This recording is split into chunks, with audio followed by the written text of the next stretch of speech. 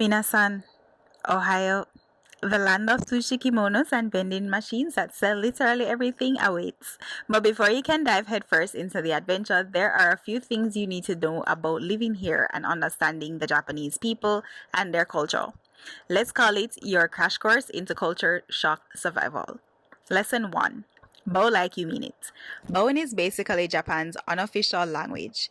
You'll bow to say hello, goodbye, thank you, and probably in situations where you have no idea what's going on.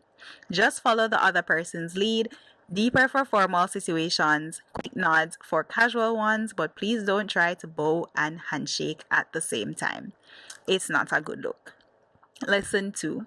Silence is golden. Speaking of looks, don't expect loud conversations on public transport. Trains in Japan are quieter than a library at midnight. Save your catch-up chats and voice notes for when you're off the train, or prepare for some serious side eye, especially as the guy Kokujin.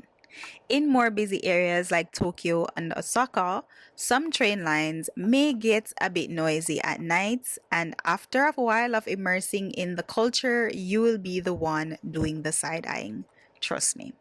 Lesson 3. Shoes stay at the door. Of course, if you don't mind making a bad first impression, walk into someone else's house with your shoes on. Shoes stay at the door, period. Some schools and offices even require indoor slippers. So, invest in a pair that says, I'm professional but also stylish. Pro tip though, get at least 2 pairs just in case you have more than one schools. You don't want to be traveling back and forth 5 days a week with one pair of indoor shoes. Granted, you leave it at one school and you're left to wear the school's slippers. They're not comfortable. Lesson 4. Konbinis are life. Japan's convenience store, or as we like to call them, konbinis, are next level. Need lunch? They have that. Forgot your socks? You can buy that there. Want to pay a bill or ship a package? Yep, they do that too. If you're ever in a pinch, a konbini is gonna be your best friend. They have literally everything, and there are 4 major konbinis that you can guarantee you're gonna see somewhere, whether it's rural, suburban, or urban. 7-Eleven, Family Mart, MiniStop, and Lawson. Keep these in the back of your mind. Lesson 5. Events are a big deal. Japan loves its festivals and events. Cherry blossom seasons, summer festival fireworks, autumn leaves, and the list goes on.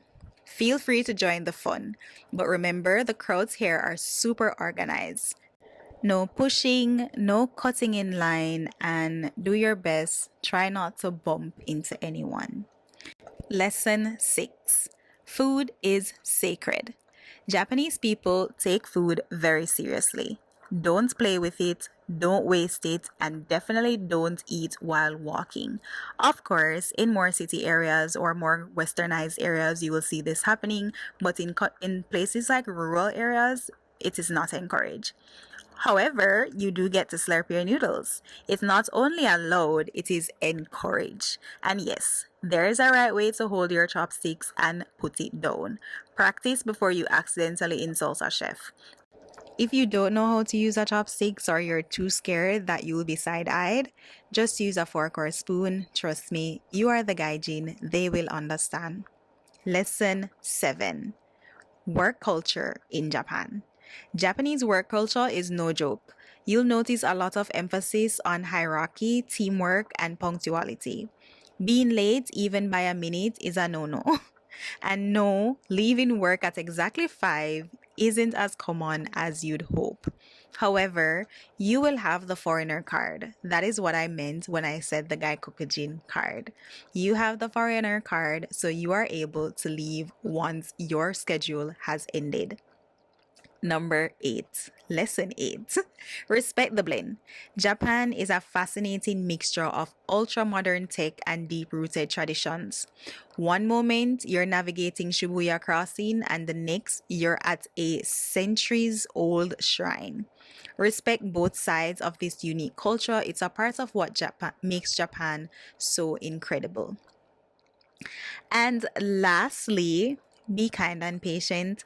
The Japanese are incredibly polite and helpful, but cultural differences can feel overwhelming at times. Smile, apologize when in doubt, and keep an open mind. You'll make friends and memories that will last a lifetime. So, now for your insider exclusive off the record tip. The Japanese are non-confrontational types of people. They often express positives they don't really mean. For example, you may be of the impression that you are doing a good job at work because that is what have been told to you, but your company calls you to express something entirely different. Don't take this to heart. This is just their nature. They believe that situations like this should be handled by our superiors. Hence, the hierarchy in the workplace from our previous lesson.